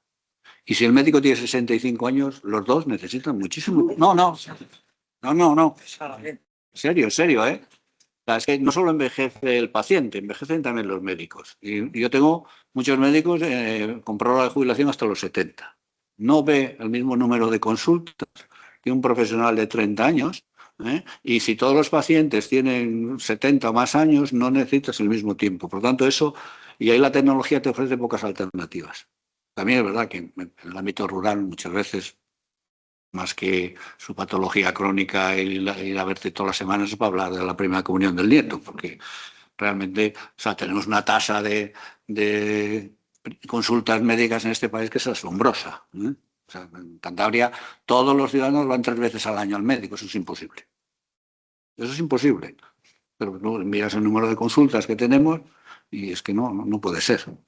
Entonces, bueno, pero la humanización viene por rebajar la tensión asistencial más que por pensar que nuestro enemigo es la tecnología y empezar a utilizar formas de tecnología más amigables para el profesional y para el paciente también, porque, insisto, eliminar. Pero que es que hay determinadas rutinas, y es que estamos acostumbrados a ir al médico para todo. Estamos sanitarizando lo social, que es un error gravísimo. Estamos en una sociedad cada vez más hedonista. Yo, cada vez que se muere el padre de alguien, el hijo de alguien, viene y dice, oye, se ha muerto, ¿qué le doy? Pues darle el pésame. O sea, es que está muy mal. Claro, coño, no va a estar mal, se ha muerto su padre o su hijo y llora, pues claro, pero con un valium no se lo vas a arreglar. Tiene que hacer el duelo y tiene que pasar por ahí, pero estamos sanitarizándolo todo, ¿vale? Que tenemos que dar respuesta a todo, ¿no? Aumentan los problemas de salud mental. Bueno, aumentan los problemas de disconfort emocional. Lo que estamos viendo es que la gente, pues eso, que me ha reñido el jefe, tengo una depresión y quiero la baja. Hay una frase que solo existe en castellano, en catalán, en gallego y en vasco y en español. Es me cojo la baja. En ningún otro idioma existe esa frase. Y eso ha aumentado mucho, pero y todo lo referente a salud mental lo estamos viendo, que lo estamos solucionando con intervenciones grupales, con psicólogos, sin entrar en la red de salud mental. Porque es disconfort emocional, pero la gente lo confunde. Tener una depresión no es estar deprimido. Y estar triste no es estar tampoco deprimido. Entonces, pero la gente confunde todo y enseguida hacemos un constructo social de que la salud mental está... Entonces, bueno, en todo eso la tecnología, yo creo que nos tenemos que apalancar en ella como amigable.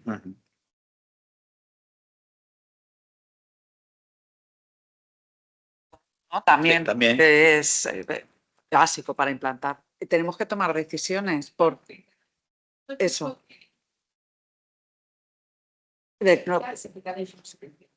Vale, perfecto. Perfecto. Vale, Antonio. Pues, muy buenos días. En primer lugar, quiero agradecer al profesor Martín Delgado, a la profesora de la Sierra y a la profesora Morcillo, que he visto que nos ve con unos cascos fantásticos desde muy lejos. Un saludo. Estoy encantado de estar en Toledo la primera vez, lo que ha demostrado que me he perdido llegando a esta maravillosa sala de prensa. Pero me he aprovechado para hacer el turismo por la facultad, no solo por la ciudad, y hacía una reflexión que es que importante es la inversión pública, ¿no?, para tener estos centros, porque quizás sin inversión pública no estaríamos en este espacio ahora mismo en una universidad pública. Y esto pues guarda relación directa con el tema del Congreso en el fondo y con mi intervención, porque como muy bien ha dicho Matilda, a la que le doy las gracias por su presentación,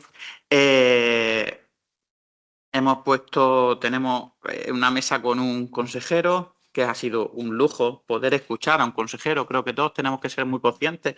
No es muy normal. Y encima un consejero de otra comunidad autónoma. Un auténtico lujo, de verdad, escuchar, y ahora haré unas valoraciones.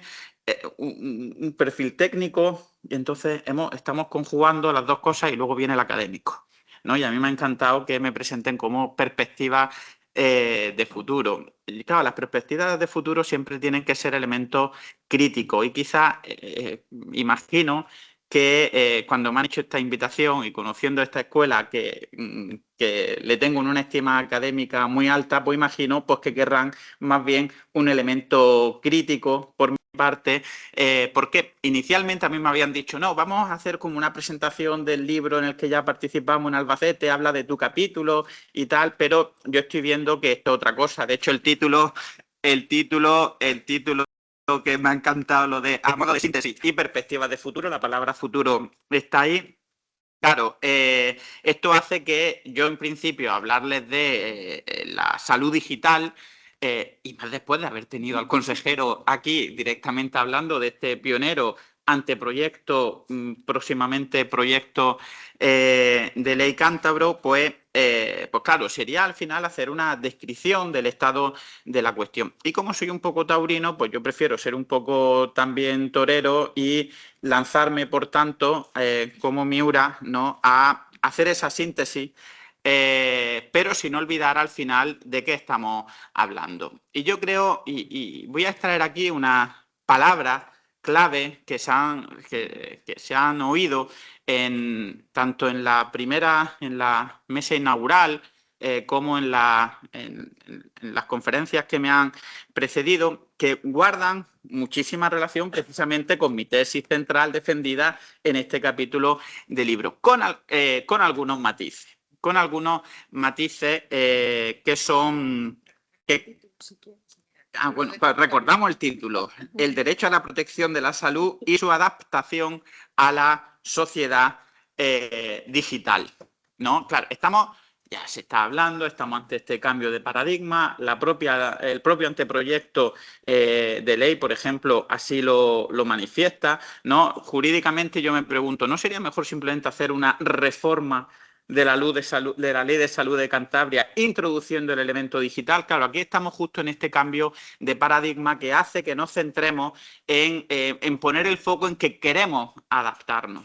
Todos queremos adaptarnos. En el fondo todos queremos un móvil nuevo, excepto yo que lo tengo rotísimo. Bueno, sí, también quiero un móvil nuevo.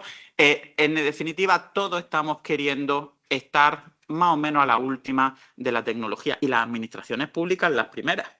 Las administraciones públicas las primeras. Se ha visto en la vertiente técnica. Es una forma de controlar la decisión política. Yo también estudié ciencias políticas, aparte de Derecho, y claro, y a mí estaba recordando lo de la toma de decisiones, en una asignatura que teníamos, políticas públicas, lo de la toma de las decisiones. Claro, esto tiene un elemento que es importantísimo, porque tú presentas datos y luego ya va el decisor político y ya decide. Pero hay un decisor político que decide. Y aquí tenemos que conjugar las dos ideas. No puede ser que el decisor político diga, tenemos la IA política. No, vamos a tener... No, eso no lo queremos. Porque entonces nos estamos saltando el Estado social y democrático de derecho que lo proclama nuestra Constitución y que yo diría que es un valor común compartido en la Unión Europea. La idea del Estado social. De hecho, es paradójico cómo la Unión Europea, que en principio piensa en regular el mercado, claramente con el Reglamento de Inteligencia Artificial y el Reglamento General de Protección de Datos se ve clarísimamente, no está regulando los derechos. Lo siento, la Unión Europea aquí no está regulando nuestros derechos, está regulando el mercado. Y nosotros somos un peón más de ese mercado. Y ahí, por eso me ha gustado a mí la idea de que en la ley es como, oye, los datos no pueden estar por ahí, que en el fondo sí sabemos dónde están, pero vamos a tenerlos nosotros y vamos a usarlos nosotros. Yo iría más que la gobernanza, yo iría a hablar de la soberanía del dato. Y por eso me encanta a mí la Unión Europea, porque paradójicamente, ante el primer gran derecho que tiene la Unión Europea, que es la protección de datos, nos encontramos con un derecho fundamental regulado en un reglamento. La protección de datos como tal no está recogido en nuestra Constitución. Nos vamos a encontrar que la Unión Europea, gracias al elemento tecnológico, puede ir precisamente a ese camino de federalización que algunos defendemos para precisamente que los ciudadanos tengamos derechos. Ya no es lo mismo regular nuestros derechos que regular un mercado. Y esa es la diferencia y esa es la tensión en la que nos encontramos nosotros ahora mismo. Nosotros tenemos estados constitucionales, una construcción supranacional que no responden a los mismos principios. Claro, yo como constitucionalista, por eso digo que es casi temeroso este grandísimo grupo de administrativistas invita a un constitucionalista a hacer esta síntesis. Yo no sé en qué posición me coloca casi a mí, pero como yo digo, creo que como estamos en sintonía, estoy seguro, al final mi elemento crítico, ¿hacia dónde va? Hacia intentar no perder el rumbo de los valores constitucionales.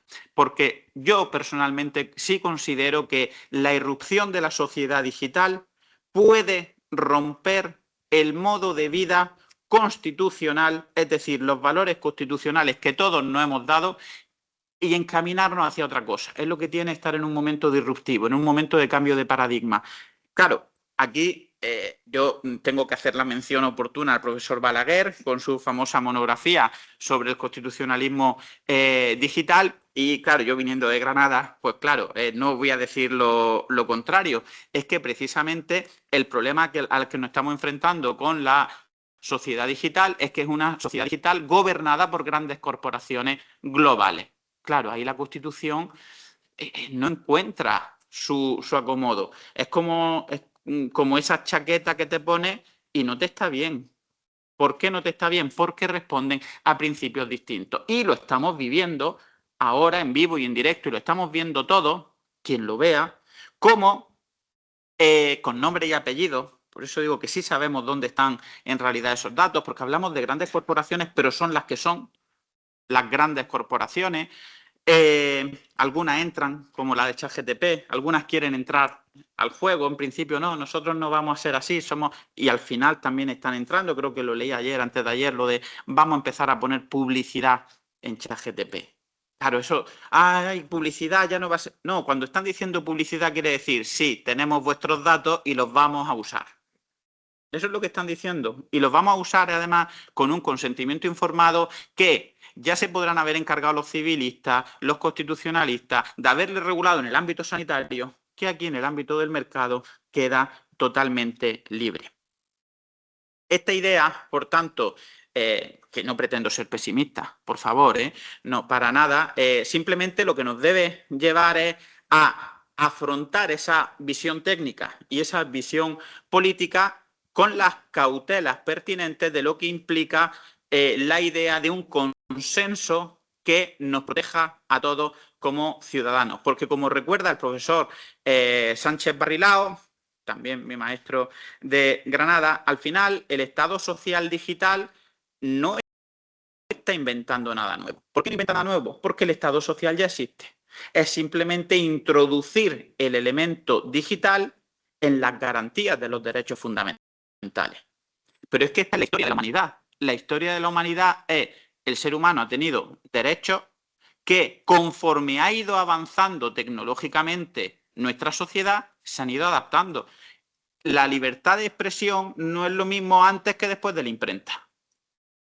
Y ahora pasa exactamente lo mismo con la revolución tecnológica, las redes sociales, con una diferencia que lo estamos viviendo, aunque no nos demos cuenta, o sí, y es que precisamente estamos ya totalmente cambiando de era. Por eso es muy importante, y entiendo la visión política de la ley de marcar, y yo entiendo todas esas regulaciones, esa idea de marcar el foco en lo digital, porque uno lo que quiere es prepararse, ¿no?, para el nuevo mundo, ¿no? Antes ha dicho el consejero, ha hablado de complementar la ley 41/2002, no voy a entrar en temas de competencia, pero efectivamente es importante que ante falta de una regulación o falta del impulso político para entender las garantías adecuadamente, necesitemos, quizá por un exceso de positivismo, que efectivamente la ley nos marque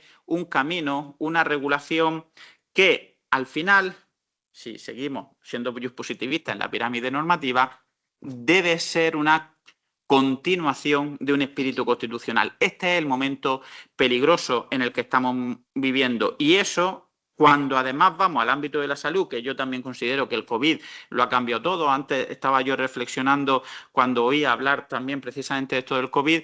Me pregunto si cuando la mal llamada gripe española también se pasaron 6 años después hablando de las consecuencias brutales que tuvo aquella gripe para la propia existencia del desarrollo de la humanidad posterior. Es verdad que había la guerra mundial, la posguerra, pero que yo sepa, no me consta que tanto tiempo después, al revés, como que se ocultó. Sin embargo, para nosotros ahora, en esta sociedad, yo no la voy a calificar, ha sido un punto, un antes y un después que sigue generándonos preocupaciones y sobre todo un impulso que ha venido, coincidencia o no, de la mano de esta eclosión del elemento digital.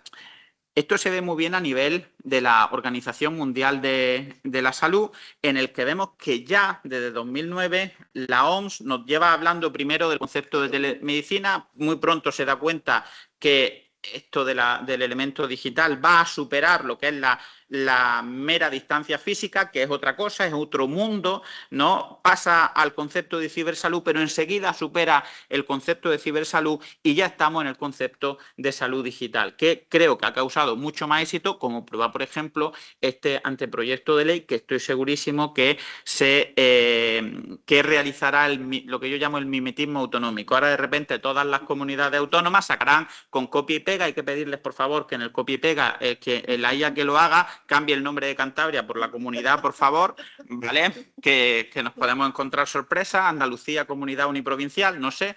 Entonces, y claro, esto tiene una ventaja. El ser los primeros tiene una ventaja, que es que nos coloca en el momento en el que todos nos van a copiar. ¿Y por qué me he quedado un poco tranquilo? Voy a decir la verdad. Porque he visto que detrás hay una idea. Y en estos momentos en los que está costando tanto hacer legislaciones, ver que se presenta una ley con una idea detrás, con un pensamiento detrás, compartible, no compartible, pero hay algo ahí que no es simplemente el sobrevivir el día a día, hay un horizonte de futuro, me parece tranquilizador.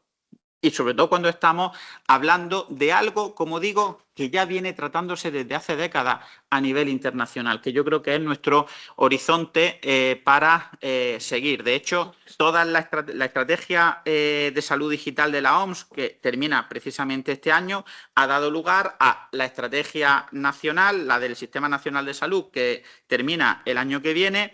Por ejemplo, la de Andalucía en el 28. He encontrado que Castilla-La Mancha va a aprobar ahora, ¿no? He visto el plan H3.0. Pues lo he visto, me lo ha dicho, no me lo ha dicho ChatGPT, lo he buscado en Google. No es que para el capítulo tuve que, y solo encontré que se pretendía anunciar el plan, la estrategia para Castilla-La Mancha. Claro, en todo este contexto multinivel, vuelvo a Europa. Europa ha tomado un punto de centralidad en la gobernanza de los datos. Y esto va a cambiar todo, porque aunque en principio la salud no es uno de los temas europeos, vamos a decir, tradicionales, no ha sido. Sin embargo, hoy, una vez más, por diversos motivos, la Unión Europea ya nadie duda que tiene una ocupación en temas de salud. Por ejemplo, en temas, los propios el propio Plan Generation ha sido una forma de dar una respuesta al COVID. La compra centralizada de mascarillas, saltándose quizá un poco las propias competencias de las vacunas, saltándose un poco las propias competencias. Bueno, todo eso son formas en las que vemos cómo la tutela multinivel de los derechos es positiva cuando cumple, vamos a decir, cumple un ideal de la subsidiariedad bien entendida, ¿no? Podríamos así decir de manera muy, muy ligera. Claro, esta Unión Europea con la puesta en marcha del espacio europeo de datos sanitarios, al final, ¿qué va a necesitar? Que continúe para abajo. Y en nuestro caso, las comunidades autónomas van a tener un papel trascendental en esa interoperabilidad del dato sanitario a nivel europeo, que si se consigue, pues va a ser realmente una grandísima revolución de verdad, porque creo que el ciudadano, la Unión Europea se construye si el ciudadano lo ve, si el ciudadano la siente. Esa es la gran paradoja de la Unión Europea, por muchos millones y banderitas que nos coloquen en proyectos y todo, si el ciudadano al final no lo ve, no va a sentir que realmente sirve para algo, con los problemas de legitimidad democrática que implica en la elección parlamentaria. Sin embargo, si aquí de repente el turista ya no solo viaja con su DNI por toda Europa, ya no solo tiene su tarjeta sanitaria, sino que también en un momento determinado va a tener la interoperabilidad del dato sanitario, pues quizás eso vaya a ser un grandísimo avance y, por supuesto, dentro del territorio nacional lo mismo. Por tanto, nos vemos que la Unión Europea, en esa paradoja, que por un lado regula el mercado, pero siempre tiene esa parte positiva en la que nos podemos intentar escorar hacia la protección de los derechos. Esto era como la idea básica que quería decir. Y ahora entro en dos cuestiones más críticas, precisamente en esto que se ha dicho de la gobernanza del dato y la idea de la eficiencia. Lo que está detrás sigue sin ser un problema nuevo, no es nuevo. De lo que estamos hablando y en el turno de respuesta del consejero se ha visto claramente. Estamos ante un problema de necesidades económicas y de cómo queremos que sea en el fondo el servicio sanitario único. Ahí está la clave de todo. Si la tecnología se pone al servicio del sistema universal, sobre todo con población envejecida y población dispersa, toda esta herramienta que hemos visto, por ejemplo, en la parte técnica, unida a una voluntad política, realmente se puede mejorar algo la vida de los ciudadanos. Si no, una vez más nos vamos a encontrar que va a haber solo una parte en el que se ha invertido intentando producir unas sinergias positivas para el ciudadano y por otro lado vamos a tener, esto no es nada personal, al político que vende que ha gastado dinero en inteligencia artificial, que por lo que sea es mucho mejor que decir vamos a gastar muchos millones en contratar personas o encontrar de manera diferente, ¿no? Pero claro, todo esto ¿a qué nos lleva? Nos lleva a que este problema de la eficiencia lo que se está enfrentando es precisamente al cambio de paradigma, porque nosotros estamos pensando en un tipo de eficiencia en el que vayamos buscando que estas herramientas solucionen a personas formadas para lo que quieran y que puedan, por tanto, del técnico pasar al decisor político y tomar la decisión. ¿Cuál va a ser el riesgo y cuál es el riesgo que tiene, considero yo, que tiene la sociedad digital y que, uniéndome a esa cosa que no he dicho que no era pesimista, que es que estamos poniendo en duda la propia densidad constitucional? Y es que, ¿cómo lo digo? Nos vamos a encontrar en, vamos a decir, personas poco formadas que con el tiempo van a dejar por entero la decisión, por ejemplo, a la herramienta gemela, sin ningún elemento crítico de por qué ha tomado esta decisión, porque esa es una de las decisiones posibles. Y no pensemos que la otra es, la voy a poner en el pueblo de mis padres para ganarme los votos, que esa no, a lo mejor no es la alternativa. A lo mejor es un sentimiento de decir, oye, es que necesitamos que a este pueblo darle algún impulso, que se sienta de otra manera. A lo mejor es muy lógico ponerlo en otro sitio, pero si lo ponemos aquí, también medio funciona y al menos eso necesita de alguien formado, de alguien que lo vea, necesita de seres humanos y necesita, por tanto, de un capital humano que es lo que corre el riesgo que rompa el dejarnos todo en la sociedad digital. Esta es la conexión. Si también dejamos, si pierde el capital humano, va a perder la propia Constitución. Porque, como dice Heberle, al final una Constitución que es la dignidad, el fundamento de la dignidad, que es humanidad. Esto no lo podemos olvidar. Y este es nuestro gran logro. El gran logro no es haber creado la IA. El gran logro es haber creado la democracia constitucional. Y que la IA, nuestra generación, la ve como la ayuda, el soporte. Y aquí tenemos que ser muy críticos. Porque en realidad, y aquí hay un elemento de crítica, hay que tener cuidado cuando decimos vamos a que el sector privado colabore. Ningún problema. ¿El problema cuál es? Cuando en realidad el sector privado es el que va a condicionar en qué se quiere invertir. Si viene desde, sobre todo en el ámbito de la salud, si viene con una fuerte dirección política, el indirizzo político que hablan los italianos, no hay ningún problema. Es que no hay que huir del indirizzo político, no hay que huir de la voluntad política. Para eso están las elecciones, para eso está la rendición de cuentas. Claro, esa suma yo creo que se está perdiendo. Creo que se está devaluando la suma entre el capital humano y la aportación tecnológica que, insisto, debe estar al servicio de lo humano. ¿Esto qué hace? Que el avance tecnológico lo que coloca es al mundo sanitario, en realidad, ante una falta de recursos públicos. Y esta es una paradoja, porque si ya vamos a tener herramientas privadas que pueden hacer esta función, la inversión netamente pública en el sistema sanitario va a poder decaer. Y aquí soy muy crítico, creo que la tendencia hacia la privatización del sector sanitario va a ser más fácil de realizar con la problemática que ello supone, que es al final, cuando introducimos el sector privado, lo que estamos introduciendo son intereses particulares en la gestión del interés general. Si no controlamos bien esa gestión, que es un riesgo, pues puede que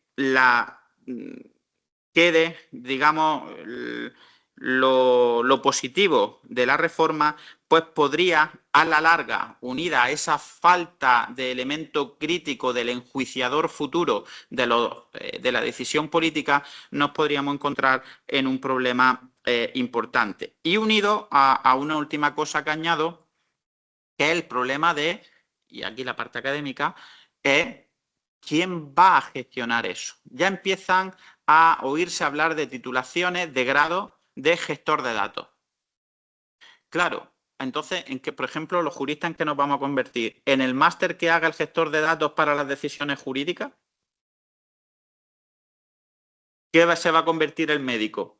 ¿El que le va a decir al gestor de datos los elementos, ¿no? Un grupito reducido de estudiosos que va a decirle al gestor de datos que meta unos datos y entonces ya le diga al paciente lo que tiene que hacer? El paciente ya no pasa al médico, va a pasar por un gestor de datos sanitario, profesión homologada, titulada, con máster, tal, no sé qué, con todo lo que quiera. ¿Pero en qué nos quedamos los demás? Esto es importante y esta es una lucha que estamos viviendo, que no es ni mala ni buena, simplemente tenemos que ser conscientes de ello.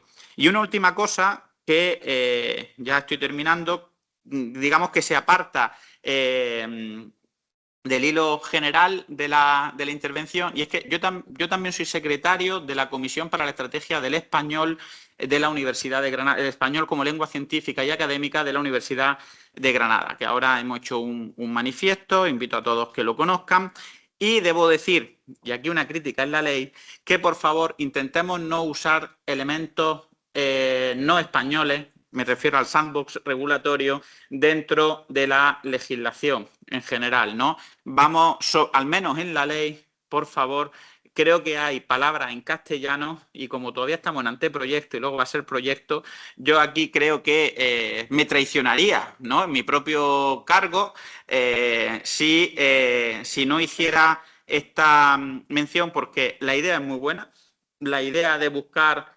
ese entorno controlado de pruebas con exenciones y con un control se puede conseguir igual en castellano sin necesidad de usar términos extranjeros. En definitiva, al final lo que estamos hablando es de volver de soberanía del lenguaje, termino hablando de lo que vamos buscando es de una soberanía europea del dato. Tenemos toda la estructura para que efectivamente en este cambio los ciudadanos, los pacientes, en el caso del ámbito sanitario, estemos realmente empoderados, que yo creo que es el fin último que pensamos, aunque luego la realidad nos empodera poco. Muchas gracias.